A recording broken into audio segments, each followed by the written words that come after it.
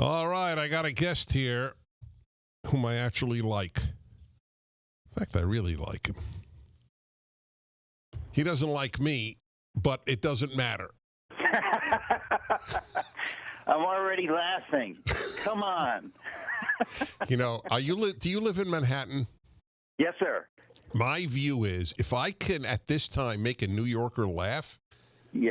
the Lord is looking. Don't forget, Dennis. Don't forget who you're talking to. Since you didn't introduce me, I'll introduce myself. My name is Eric Metaxas. How do you spell it? Wait, spell it. Spell it.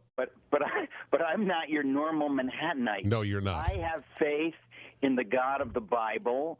Not exactly, typical of your typical New Yorker, at least the ones you're going to hear from. All of the people of color and the Latinos, they have faith in the Bible, but they don't, they're not the people that are being interviewed. The secular New Yorker is going to live in fear. There's a lot of people here who have faith. It's just that you don't hear from them. So you dialed the right number. You got me. I'm one of those kooks that believes in the God of the Bible, and that even out of ugly things, He can bring great things. So I see a lot of good things happening amidst the ugliness. Well, you haven't even asked me a question, and I'm already talking too much. So please, sir. Eric Metaxas has his own show on the Salem Radio Network. It's a terrific show. He is a great author. He has written one of the seminal works of religious biography, the biography of Bonhoeffer that he wrote. And now he has a new book, 7 More Men, because he wrote an original one about 7 men and the secret of their greatness. And folks, this is really important stuff he writes. And I've read a lot of your stuff, by the way. I just want you to know. I read your the Wilberforce biography. Well, you make that sound like like that's difficult. Why would you not read my Wilberforce biography? This is. You're right. I did make it sound that way. You made it sound like you really, you made it sound. I really blew it. On the New Testament or something. Wait, what? I made it sound like what? I don't want to miss any word. Like you read my devotional on the New Testament or something like that, And I didn't write a devotional on the New Testament, but you made it sound like that. Yes. Folks, the book is... Listen, let me plug your book, will you, before you say anything funny. Yeah. 7 More Men, Eric Metaxas. It is up at DennisPrager.com. You know why these are important? Let me tell you, folks. He can't tell you. Well, it's not true. He promotes his own stuff well. But I want to promote his stuff. We need inspiring stories. This is critical. It's critical at any time. This was the diet of young Americans in the past. And now all you read about is they all stink. They were all racist.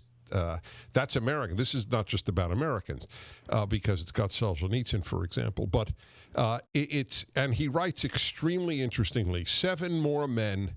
Sit down and read it to your kids or grandchildren.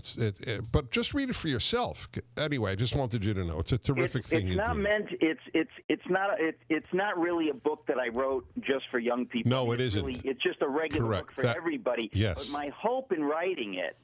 Well, in writing all these books, I wrote a book called 7 Men, a book called 7 Women.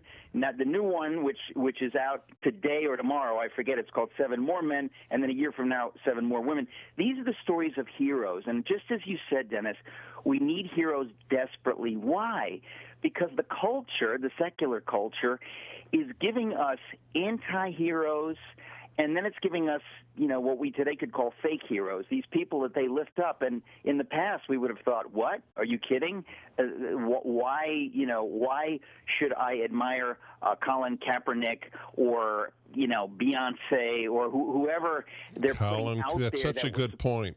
It's like ridiculous. So we need real heroes. Right. But the thing is, a year ago, I would have said now more than ever. But during this pandemic, when you see the battle gets thicker and thicker, and the good becomes clearer and the evil becomes clearer. We can see people trying to use this time. It's like the burning of the Reichstag.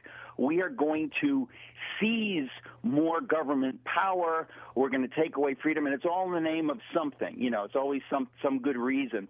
And Americans need to be reminded that through history, and this is not everybody in my book, Seven More Men or Seven Men or Seven Women, but people stood up against this kind of thing. And we now, when you read it, you are inspired similarly to stand up. When you read the story of Alexander Solzhenitsyn, oh my goodness. I mean, and the other reason, that I wrote these books, it's a chapter to each man, okay? So you don't have to read a whole book. A lot of people said, I'm not going to read a 300-page book on Wilberforce or a 500-page book on Martin Luther or a 600-page book on Bonhoeffer. I said, you know what?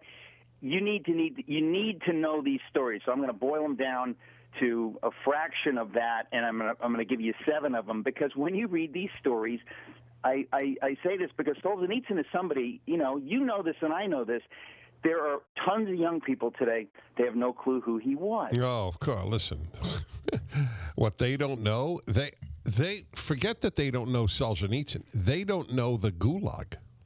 Well, this is why I feel it's important to write this, because these are historical figures, and there are certain people who rise to the level, I would say, that you can't not know about them. You can't have an excuse. You can't say, like, no, I never heard of Abraham Lincoln because, it's so long ago and I was born in 1992. Guess what? You need to know who that was. Now, he's not in my book, but I'm saying there are people like Solzhenitsyn.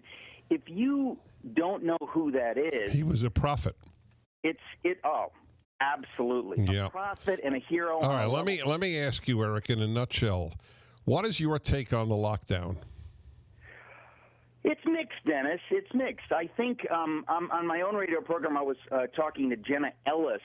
She's a constitutional scholar now. She's with the Trump campaign. But I was saying that what's interesting is that all that I have said, like in my book, If He Can Keep It, about religious liberty and liberty, the point is we've taken it for granted, and only when it's finally threatened do some people recognize what it is, learn about it, and then stand up for it. So in a weird way, it's like a mild form of persecution. When junk comes down and when the state really overreaches, it's the first time that people wake up and they say, wait a minute, I can't have church? You mean I can't have church at a drive-in? What are you talking about? I'm going to be in my car. And you are arbitrarily telling me, Mr. Mayor or Mrs. Governor, that I can't have church. Suddenly, as an American, I think about my own rights, my own, it's the kind of stuff we never had to think about before. What constitutes government overreach? When are they using something for their political ends or this instinctive sense that they simply want power? They think that's a good thing. It forces us to think about these things. So I've got a lot of views, but that's good. The big one. That's right. That's a big deal. All right. Listen, normally I'd have you on a lot longer, but I got to talk about the virus more. So I'm going to have you on a part 2. But everybody, this is a really great time to read. And he writes, and you just don't put it down. I love his works. Eric Metaxas, 7 More Men. Take care of yourself, my friend. God bless you, Dennis. Talk to you soon. Thank you. We will, in fact. Yeah, his example was perfect. Washington is flawed. Kaepernick is a hero. What a perfect point.